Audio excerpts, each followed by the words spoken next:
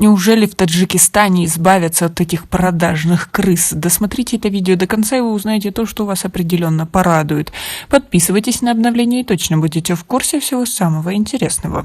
В Таджикистане задержан Алихон Худаярзада, зампредседателя Васейского района по вопросам строительства и глава комиссии по распределению земельных участков. Власти сообщение о задержании чиновника подтвердили, но причину не назвали.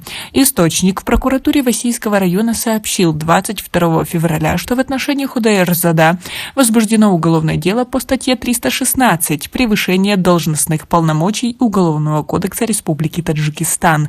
Следствие по делу продолжается. Следователи изучают работу Худаярзада с 2017 года. Тогда он был назначен зампредседателя района по 2021 год, добавил источник на условиях анонимности.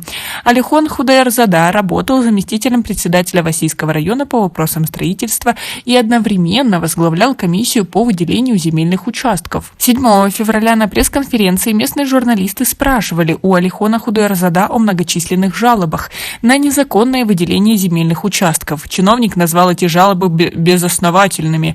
Он, в частности, сказал, что один из споров по поводу земли произошел еще в 2017 году. В кишлаке Сари-Чашма жеребьевка по распределению земельных участков проводилась без участия жителей. Но никто официально жалобами к нам не обращался, отметил он. Многие жители района утверждают, что, несмотря на решение председателя районного хукумата, годами они не могут получить выделенные им земельные участки.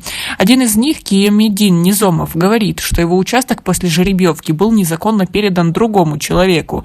Власти Таджикистана задержание зампредседателя Васейского района не комментируют. Чиновнику грозит крупный штраф или 4 года колонии. Напомним, что это чиновник, который отвечал за строительство и выделение земельных участков. Как вы относитесь к такой ситуации? Как вы думаете, действительно ли он понесет наказание или просто заплатит штраф и еще, что может оказаться хуже, останется при своей должности?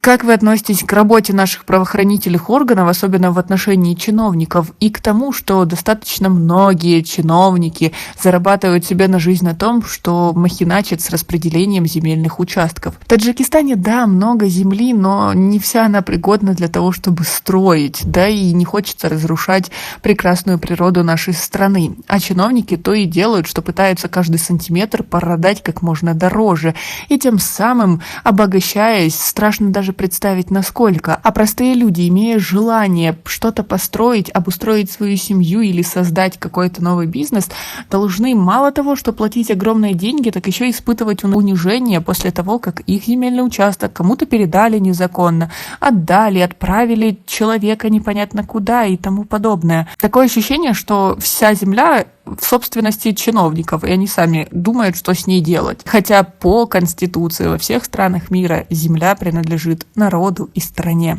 Как вы относитесь ко всей этой ситуации? Как вы думаете, что будет дальше? И верите ли вы во все эти задержания, которые пошли в последнее время, или это показуха? У нас пока на этом все. Оцените наше видео подпиской и лайком. До скорой встречи.